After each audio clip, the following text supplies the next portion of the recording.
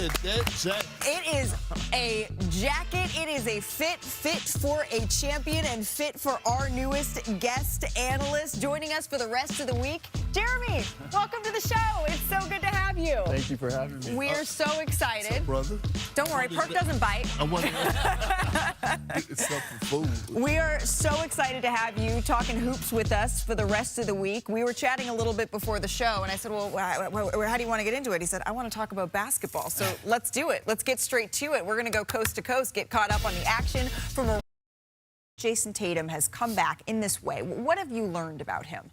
The mentality. Anytime you're coming back from a huge injury, it's all about mentality. For me, I see him. First off, he's playing 30 minutes a night, which I wasn't expecting, but he's shooting more shots per minute of his whole career. He's averaging a career high in rebounds in 6 to 7 minutes less than he normally plays. And so I think the mentality that he has of just attacking and being himself versus being gun shy or trying to ease in, I think that's the biggest difference that I see. So honestly, I think we should study how he's been recovering from this injury and his mindset of coming back. And the crazy thing to me, people are looking at his shooting percentages. He is 2 weeks into a return after a 10-month rehab from an Achilles. You're going to need your kind of guy's shooting percentages. The fact that he's out there, that he's moving pretty well, like, you don't need to give a 2-week progress report. He doesn't need to be Jayson Tatum that we're used to in March. He doesn't need to be that guy even, frankly, in April. They need him as close to himself in May and beyond if they're going to make that kind of run. I know the camera was on me. I wasn't texting anybody. I was actually Googling something because tonight is one of those nights that the Celtics need to make a statement.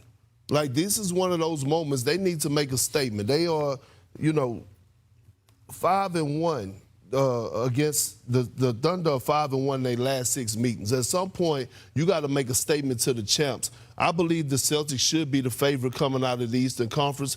Tim, Jeremy, I'm with you. People are looking at his shooting percentages, and people are questioning, has Jayson Tatum messed up the offense of Joe Mazzulla, which is an asinine thing to say. It has been the same system for the last 2 or 3 years, even when they won a championship. Yeah. It takes 10 to 15 games just for a guy to get his legs up under him in his rhythm. But what he's been doing in other categories, rebounding, assisting, being out there on the floor, the fact that he's playing 30 minutes a game is enough in itself. I do think, though, it's going to be an interesting matchup for Jayson Tatum and the Boston Celtics tonight, right? Because the last time that these two teams met, Jayson Tatum didn't play.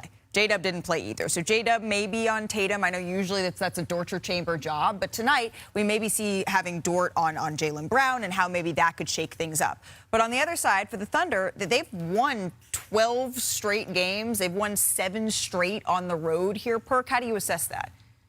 I mean, they still have the deepest roster in the NBA. Yeah. Like, Jared McCain should be a starter in the league. Like, think about that for a second. He had, 26 the other night in Philly. And it's like you don't never know where they're going to cut you at. They'll cut you everywhere but loose. And I'm going to say this. It's a lot of pressure on SGA.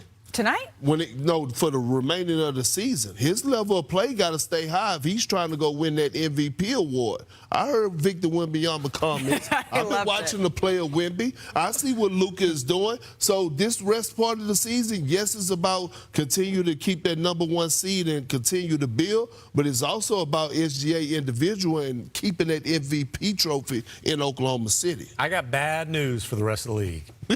You mentioned OKC is the deepest team in the league. This is the deepest that they've ever been. This is the healthiest they've ever been. That starting lineup has only played, this will be, I think, their 8th game together all season long. This is the first time in forever they've had the entire rotation. And it's not just about having all of their guys available. Jalen Williams, coming off that offseason wrist surgery, hadn't shot the ball well. He's had the hamstrings. The wrist hasn't been right. He said this is the best his wrist has felt. He said that wrist is 100%. If they've got the all-NBA version of J-Dub back, watch out.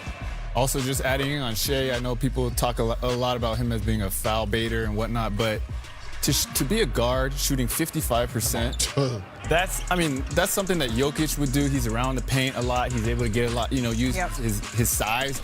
For a guard to shoot 55% and for him to continue to grow, which we're not talking as much about his development year in, year out, his assists, his playmaking, his assist turnover ratio, taking care of the ball, all those things are going up. And you don't see MVP caliber players continuing to improve all that often. And Right. so I do think there's something just not taking. It's not just something; it's a lot of something. He's joining Jordan again this year for the 4th consecutive season of averaging 30, shooting over 50%. So you're absolutely right. And now they have their playoff starting lineup all back together again, as you mentioned. So this is getting scary time maybe for the rest of the league. Okay, so in the West, though, the race for that 3 through 6, it's heating up. And we got a big one tonight in Minnesota, the Rockets and the Timberwolves. Minnesota is a half game ahead of Houston for that 5th spot, but the Rockets, they can clinch the head-to-head tiebreaker if they are able to get the win tonight. But the thing is, they've been 5-5 in their last 10 games. And we've talked a lot about what they need to do to find that consistency here. What do you see as being the key to that here, Jeremy?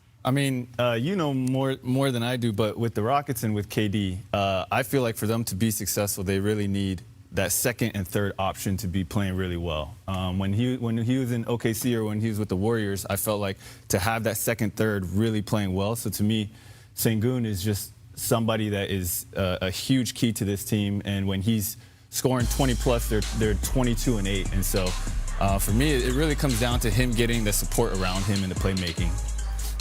I'm gonna just keep it real. The Rockets don't have coaching. But do they have time? Like, I wonder if they have the time to find the consistency that they need in order to be able to win a playoff series. Think about this for a second, y'all. Tim, think about this. Ime Udoka has called this team out how many times? Now, Kevin Durant addressed the comment that I said on Countdown last week when I called and said they act like they don't like one another. He went and addressed it. I know you watching, and I hope you're watching this. They need a leader in the locker room.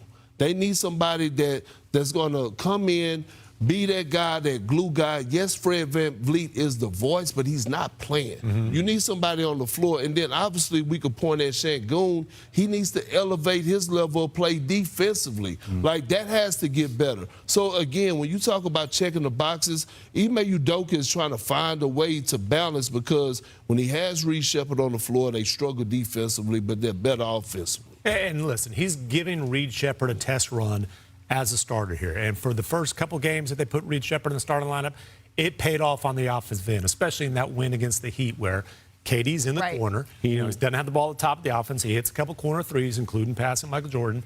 The downside bit him in Chicago when that bullseye on Reed Shepherd on the defensive end. They attacked that down the stretch. The question just becomes, you're 70 games into the season and you're still talking about finding something. How much time is left to be able to do that to achieve their goals? That's what we're going to be talking about when it comes to Houston. That one's tonight on ESPN. But coming up here on NBA Today, Diana Taurasi is here. She's going to talk about UConn hoops, Caitlin Clark wearing her number 12 for Team USA, and the new WNBA CBA. That's next.